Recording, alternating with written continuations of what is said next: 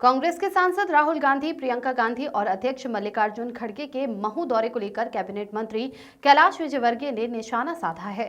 मंत्री विजयवर्गीय ने कहा कि संविधान हमारे लिए एक ग्रंथ है जिसे हम सिर पर रखते हैं, किंतु उनके लिए ये पॉकेट में रखने वाली किताब है। मंत्री विजयवर्गीय ने कहा कि जो लोग बाबा साहेब की जन्मस्थली महू में आ रहे हैं, उन्हें बाबा साहेब की प्रतिमा के समक्ष 101 बैठक लगाना चाहिए और बाबा साहेब से माफी मांगते हुए कहना चाहिए कि हमारे पूर्वजों द्वारा जो गलतियां हुई हैं उन्हें माफ कर देवे। सतीश शर्मा की रिपोर्ट। देश की सत्ता सौंपी और वे लोकसभा की सीढ़ी पर चढ़ रहे थे तो सबसे पहले उन्होंने प्रजातंत्र के सबसे बड़े मंदिर पर माथा टेका। दूसरी बार फिर इस देश की जनता ने देखा, 19 में जब देश की जनता ने उनको फिर से बागडोर सौंपी, वे पार्लियामेंट में गए और संविधान के ऊपर माथा टेका। हमारे लिए संविधान सिर पे रखने वाला एक पवित्र ग्रंथ है, जैसे हम रामचरितमानस, गीता, वेद पुराण को मानते। उनके लिए पॉकेट में रखने वाला, उनकी गलती नहीं है, उनको संस्कार ऐसे मिले क्योंकि उनके पर नाना ने भी धारा 370 लगाई। तब बाबा साहब अम्बेडकर ने विरोध किया था, सरदार वल्लभ भाई पटेल ने विरोध किया था, तो भी उन्होंने धारा 370 लगा दी। तब बाबा साहब अम्बेडकर ने कहा था कि ये संविधान की आत्मा की हत्या है। तो ये इनके पूर्वजों ने किया है। उनकी दादी ने 75 में आपातकाल लगाया था, फंडामेंटल राइट्स खत्म कर दिए थे, डेमोक्रेसी समाप्त हो गई। जितनी भी प्रजातांत्रिक संस्थाएं थी सब में ताले लगा दिए। प्रजातंत्र का चौथा स्तंभ कहलाता पत्रकार, जिसने उनके खिलाफ लिखा उसको जेल में डाल दिया। वे सब नेता जो उनकी पार्टी के ही थे, उनका विरोध करते थे, उनको भी जेल में डाल दिया। विरोधी पार्टी के नेताओं को भी जेल में डाल दिया। इनके पिताजी भी जेल में थे।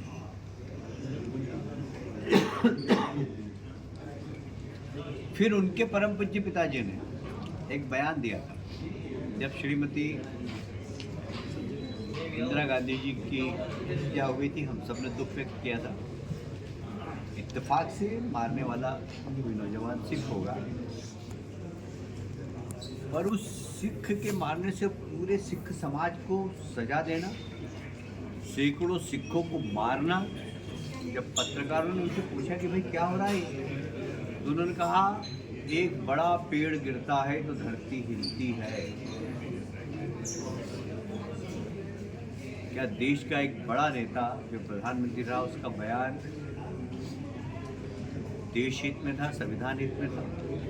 उसके बाद हम इंदौर के लोग हैं, शाहबानो प्रकरण, हम सब ने देखा कि शाहबानो को सुप्रीम कोर्ट ने मुआवजा देने का आदेश दिए। पूरा मुस्लिम समाज सड़क पे आ गया। तुष्टीकरण की नीति का ये दूसरा उदाहरण था। पहला धारा 370 लगाना, दूसरा शाहबानो प्रकरण को सुप्रीम कोर्ट के रिजल्ट को पार्लियामेंट में ले जाके ये संविधान की हत्या है। तीसरी बात मैं उस नौजवान से पूछना चाहता हूँ जो लाल पुस्तक लेके निकलता है कि डॉक्टर मनमोहन सिंह जी ने कोई अध्यादेश निकाला और पत्रकारों के सामने उस अध्यादेश को फाड़ना, क्या ये संवैधानिक काम था उनका? चौथी बात और बोल के मैं अपनी बात समाप्त करूंगा कि बाबा साहब अम्बेडकर के संविधान में भाग 3 में राम, लक्ष्मण, जानकी का फोटो है।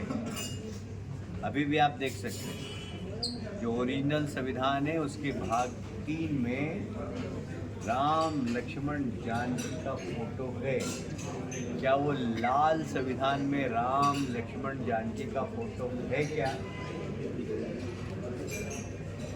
ये मेरा उनसे प्रश्न है। और इसलिए उस नौजवान से कहूँगा कि आप आइए बाबा साहब के सामने, 101 बैठक लगाइए। तुम्हारे खानदान ने जिस प्रकार संविधान की धज्जियाँ उड़ाई है, बाबा साहब अम्बेडकर का अपमान किया है, बाबा साहब अम्बेडकर को पार्लियामेंट में आने से रोका है, बाबा साहब अम्बेडकर का जन्म स्थान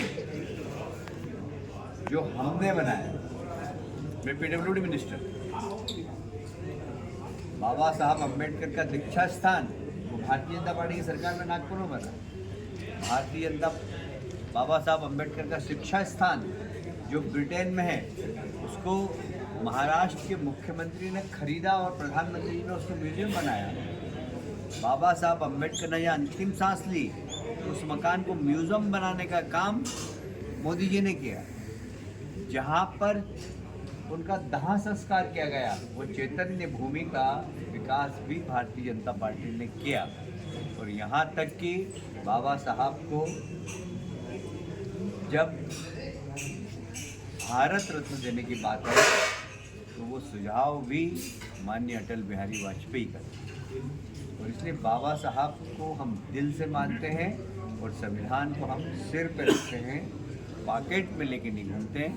ये पॉकेट में लेके जो घूम रहे हैं ये संविधान का सम्मान नहीं अपमान कर रहे हैं।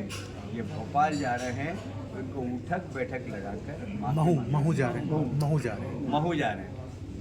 जो महू जा रहे हैं ये बाबा साहब अम्बेडकर के पास, तो वहाँ उठक बैठक लगाकर माफी मांग रहे हैं। सर, कांग्रेस का आरोप है कि अमित शाह जी ने